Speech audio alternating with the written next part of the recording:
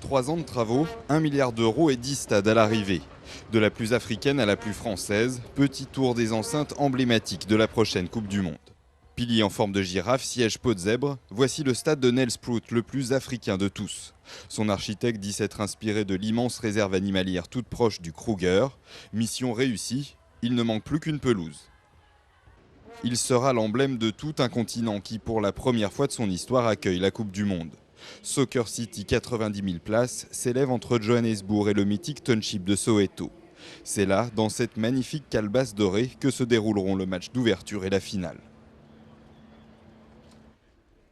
L'exploit se répétera-t-il? En 1995, l'équipe de rugby d'Afrique du Sud remportait à l'Ellis Park de Johannesburg sa première Coupe du Monde. Stade de l'histoire et de la réconciliation entre noir et blanc, immortalisé par Clint Eastwood et le film Invictus, Ellis Park a été entièrement rénové pour l'occasion. Histoire toujours à Polokwane avec le stade Peter Mokaba, du nom d'un militant anti-apartheid originaire de la ville.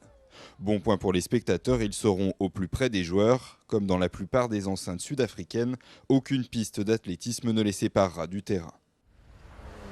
En route pour le plus français des stades, au Cap, juste avant le bout du monde. Sa forme rappelle celle des chapeaux traditionnels des femmes zoulous, mais ce sont bien les Bleus devant 70 000 personnes qui joueront ici leur premier match face à l'Uruguay, le 11 juin 2010, premier jour de la Coupe du Monde en Afrique du Sud.